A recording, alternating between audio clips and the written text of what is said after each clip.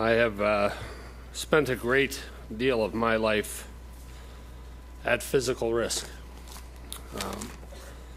by choice. As a hockey player, as a football player, as a rugby player, but never once have I felt unsafe in a classroom. Have I felt fear in a phys ed changing room?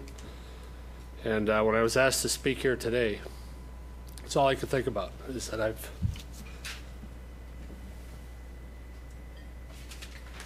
never encountered that. And yet that's something that goes on in our schools every day. And it has to stop. I hate bullies. I hate bullies. And everyone thinks I'm this big tough guy and I was never bullied.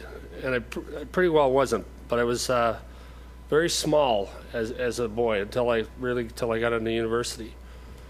And my first weigh-in at Providence College as a hockey player in 1973, I weighed 176 pounds. I was small.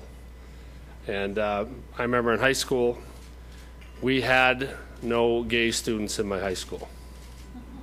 There weren't any. Right? Back then, and I am a lot older than mid-'80s.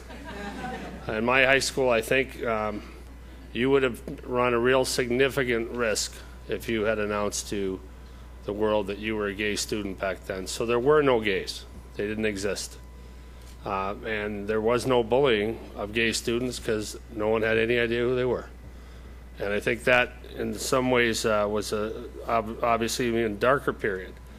But we need to get to a point where bullying is eradicated, not punished, not a situation where we put in tools, as are talked about, to deal with it, but to where it doesn't happen, to where there is tolerance. I know Shannon doesn't like that word, but I'll take that today.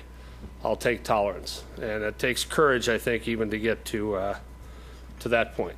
And I remember the one bullying incident I witnessed when I was in junior high school. We had a learning disabled young man in our class, and I came out of gym, and someone had spilled his books onto the floor, tipped him out of his arm.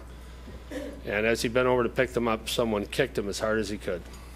And about 2 seconds after that, the gentleman that kicked him was in the middle of a trophy case where I had thrown him. And I remember everyone ran because of the damage, and I remember I waited and told the teacher what had happened and offered to pay for it. And I thought I was going to get kicked out of school. And the teacher was great. He said, no, he did the right thing. And he was a football coach. I told him I had good technique as I threw this young man into the trophy case. Unfortunately, he was unharmed, and that was the one incident that I witnessed. But we have to get to a point where you can go to school free of fear.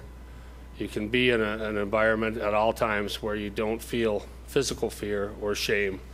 It has to come to that. And today is a very important first step toward that.